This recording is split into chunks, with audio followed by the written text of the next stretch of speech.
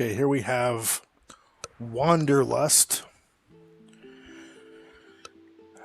This is Wanderlust travel stories. We're gonna go ahead and do a new game here. Yes. So this is pretty much a visual novel, um, which I don't really care for all that much, honestly speaking. But it's an interesting take. That's for sure. So there's gonna be a lot of text, a lot of reading, um, but every choice you make reflects the outcome of the story. So it's kind of neat. Affects the progress. It does take a bit to load, despite the fact that the type of game it is, but that's all right. The travel narrative is the oldest in the world. The story the wanderer tells to the folk gathered around the fire after his or her return from a journey. This is what I saw, and it is the origin of narrative fiction to the traveler and live. I can't read all that.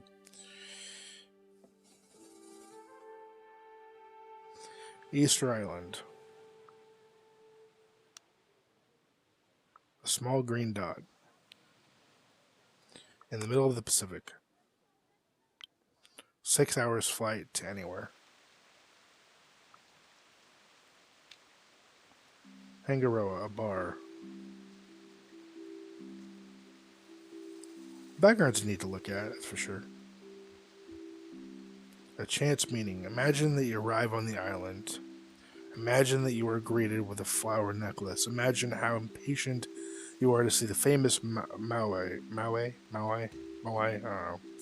Imagine that you live on the island. Imagine preparing for the next batch of tourists. Imagine how busy you are with people engaged in their routines. It was no wonder that only the ancient stone heads paid any attention to the weather.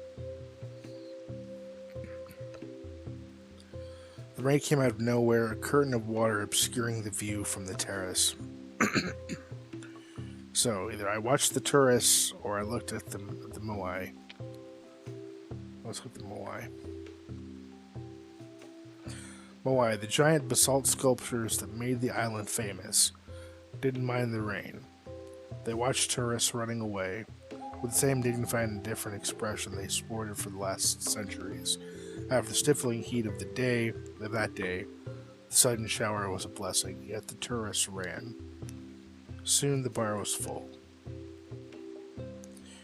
Soon the last group found shelter under an awning on the terrace. The bar was a popular place, the view was beautiful, and the bar was cold, local, and expensive. As always, the tourists all looked the same. If you listen to their accents, you could try and guess where they came from, especially when they were as loud and made as much disturbance as the wet group under the awning. I listened or I watched. Let's do I watched. In situations like that, you don't wish to pry, but you notice. The rain brought them together, and soon they sat down and made themselves comfortable. I must confess that I was observing them on purpose. Who was I? Who were they? Who was I? It's not important who I was. That would become clear at the right moment. What interested me was their story. They were all Europeans, still excited that they were on an island over 2,000 miles away from the nearest continent. At first, I thought it was a group of friends, but no. Their awkward body language revealed that they'd met for the first time. So, who are you all? Asked someone. I was also curious. That was the question, wasn't it? I don't know how about... I don't... Excuse me.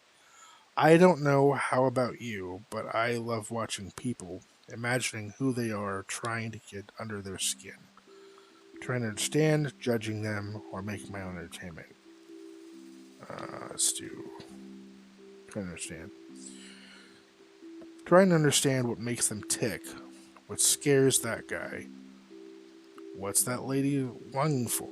What do they regret? Most of the time I'm left with my musings, but sometimes, just sometimes, I get a peek behind the curtain, straight into someone's soul.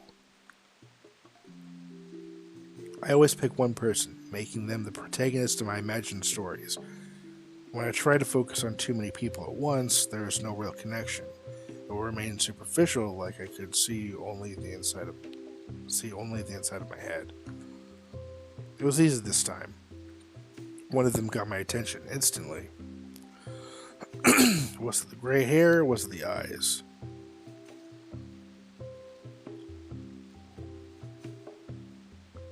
Or perhaps her eyes, or perhaps his posture. Let's do his posture. He could have been in his 60s, but his tense shoulders and stern expression made him look older. Before the others came, he sat alone at the table, only uncrossing his arms occasionally to take a sip of his beer. I knew the type.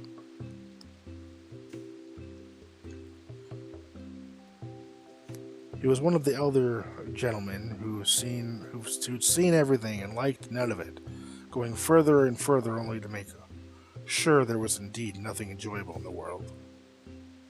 The main character, the man. Then the others came. Very pretty background. Later that evening, for a bunch of strangers, they got along well. The rain stopped, giving way to a beautiful sunset, and they didn't even notice. Drops of water shining on the palm leaves, small lizards catching the last rays of the sun, the dormant volcano in the distance. All that was lost on them. They talked over their beers, joking and laughing, getting to know one another. I watched them. I certainly hadn't expected to meet old friends. The older man smiled at the gray-haired lady, and she smiled back at him. You look older, Henry. It's been years. I was curious what made them tick and what would happen between them. Would they remain strangers, or would they become friends? Would drama ensue? Introductions followed. The older lady from Portugal was called Adelia. Henry and his daughter Henriette came all the way from the UK. The younger woman, Martine, was from Germany, and the guy from Poland was called Tomek. I watched Henry. I watched them more and more curious if I'd chosen the right person. I'm not really sure why I'm here, but Henriette insisted. Henry smirked. I think I've already had my share of travels. I looked at tourist. I wondered why he was here. I was not sure if I liked him. I listened to him and I couldn't help but think that despite his reservations, he ended up here. What was it that made him go, I wondered. Time would tell what kind of person he really was. They talked about how small Rapa Nui seemed from the plane and how big it was when you walked. Compared to notes on the accommodation, all stayed in Hangaroa. It was the only town on the island and planned their sightseeing. But who are you all? Henry asked. But who are you all? Henry asked a few beers later. What are your stories? Ooh, I love a good story, but I'm not sure if we've got enough time for everyone to tell one of those answered. One night won't be enough. Well, are any of you leaving tomorrow? I know I'm not, Henry said. Let's spend the next few days together. See the island. I'm sure we can find a guide here and tell each other our stories. They agreed. They all agreed. Henry stroked his chin. We need a theme, he said. The others looked at him curious. I also watched him. As he asked, what was the journey that changed you most? I wonder why they assumed that you needed a journey to change. Okay, so that was a look at Wanderlust. Yeah, it's kind of an interactive storybook, really. It's an interesting game, definitely a relaxing game. If you guys like visual novels or interactive stories, this is definitely worth checking out. I want to thank Forever Entertainment for the review opportunity. Great little game. So, as you want to purchase the game for yourself, link in the description, of course, will be below there for you to purchase it in the eShop. I want to thank you for watching. I want to thank you for subscribing. And as always, until next time, Take care and happy gaming.